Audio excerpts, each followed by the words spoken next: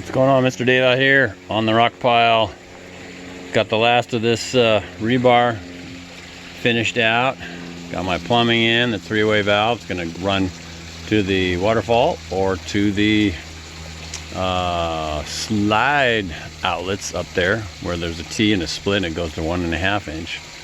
So you can see how we work it in little segments on these smaller jobs when you're doing them by hand. So we got our conduit in there for lights. We got our drain pipe in there. I'm gonna fill this whole thing in all the way across. That'll stabilize the entire structure.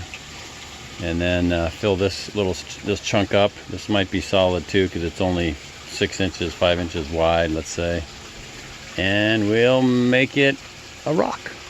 Anyways, Mr. Dave here on the rock pile. Go to www.daverhenderson.com and learn how we do this. Have a good one. Bye.